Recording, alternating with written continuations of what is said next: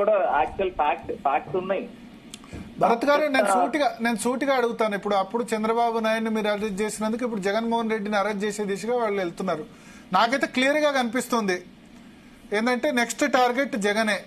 ఇంకో దీని కేసులో క్రమక్రమంగా మీరు అన్నట్టు బహుశా కన్ఫెషన్ స్టేట్మెంట్ వీళ్ళతో ఇప్పిస్తారు, ధనంజయ రెడ్డితోనో లేకపోతే కృష్ణమోహన్ రెడ్డితోనో ఇప్పించి అల్టిమేట్ గా జగన్మోహన్ రెడ్డిని అరెస్ట్ చేసే దిశగా వెళ్తున్నారని చెప్తున్నారు. అదే జరిగితే ఎట్లా ఉంటది, మీ రియాక్షన్ ఎట్లా ఉంటది? అండి నేను ఒకటైతే క్లియర్ గా చెప్తానండి. ఇప్పుడు జగన్మోహన్ రెడ్డి గారి పైన కక్ష సాధింపులు జరగడం ఇదే మొదటిసారి ఏం కాదు. గతంలో ఇండియాలో most powerful person Sonia Gandhi గారితోనే ఢీకొన్నారు ఆయన. అప్పట్లో మీరు గుర్తుండే అవును, ఢీకొన్నారు, బై ఎలక్షన్స్ గెలిచారు, కానీ దాదాపు 15 నెలలు జైల్లో ఉండాల్సి వచ్చింది. నేను చెప్తున్నాను, ఇదేమి ఈ పోరాటము మాకు కొత్త ఏం కాదు. అలాగని చెప్పి ఇప్పుడు ప్రజల పక్షాన నుంచునే ఏకైక నాయకుడు ప్రధాన ప్రతిపక్షం ఆంధ్రప్రదేశ్ రాష్ట్రంలో జగన్మోహన్ రెడ్డి గారు ఒక్కళ్ళే ఉన్నారండి. ఇక్కడ ప్రధాన ప్రతిపక్షము ఆ గొంతుని ఏదో రకంగా నొక్కాల. ఇప్పుడు ఇక్కడ వాళ్ళ డైవర్షన్ పాలిటిక్స్ ఎట్లా జరుగుతుందంటే, ఇప్పుడు ప్రధానమైన పార్టీలు ఏమున్నాయండి? బీజేపీ, జనసేన, తెలుగుదేశం, వైసీపీ 4 ప్రధానమైన పార్టీలు ఉన్నాయి.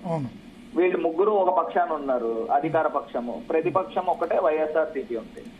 ఇప్పుడు ఏమవుతున్నారు, ప్రజల దగ్గర పల్సన్ అవుతున్నారు ఈ ప్రభుత్వం. ఎందుకంటే ఒక్క సూపర్ 6 లో ఒక పథకం కూడా ఇంప్లిమెంట్ చేయట్లా. ఇప్పుడు ఏదో రకంగా ప్రజల దగ్గర అబాస్పాలు అవుతున్నారు. ఇప్పుడు ఏం చేయాలి? ప్రతిపక్షాన్ని తొక్కియాలి, ప్రతిపక్షాన్ని అన్పాపులర్ చేయాలి. ఆ కార్యక్రమం ఇప్పుడు ఆంధ్రప్రదేశ్ రాష్ట్రంలో జరుగుతుంది. ఏదో రకంగా బురద జల్లేయాల, బురద జల్లే కార్యక్రమం జరుగుతుంది. ఇప్పుడు ప్రతిపక్షాన్ని తొక్కడం వలన వాళ్ళు తెలుసుకోవాల్సిన అంశం ఏంటంటే, బంతిని నేల పెట్టి ఎంత గట్టి కొడితే అంత గట్టిగా పైకి తెగుస్తుంది. ఇప్పుడు రేపు రాబోయే కూడా ఇప్పుడు ఉదయం రాత్రి తర్వాత మళ్ళీ వచ్చేది వెలిగే, చీకటి తర్వాత వచ్చేది మళ్ళీ వెలిగే. ఖచ్చితంగా మేము మళ్ళీ వస్తాం. మీరు హిస్టరీ కూడా చూస్తే చంద్రబాబు నాయుడు గారు ఒక 5 సంవత్సరాలు ఆయన ముఖ్యమంత్రి కింద ఉంటే 5 సంవత్సరాలు ప్రతిపక్షంలో ఉన్నారు. మళ్ళీ రాబోయే రోజుల్లో హిస్టరీ రిపీట్ అవుతుంది.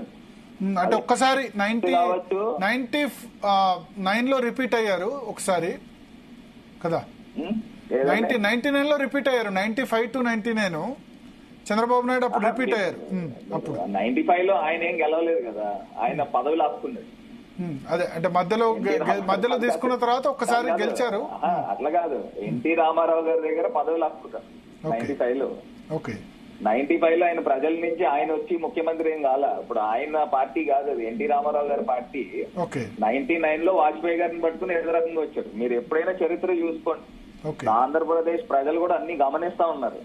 ఇప్పుడు ఈయన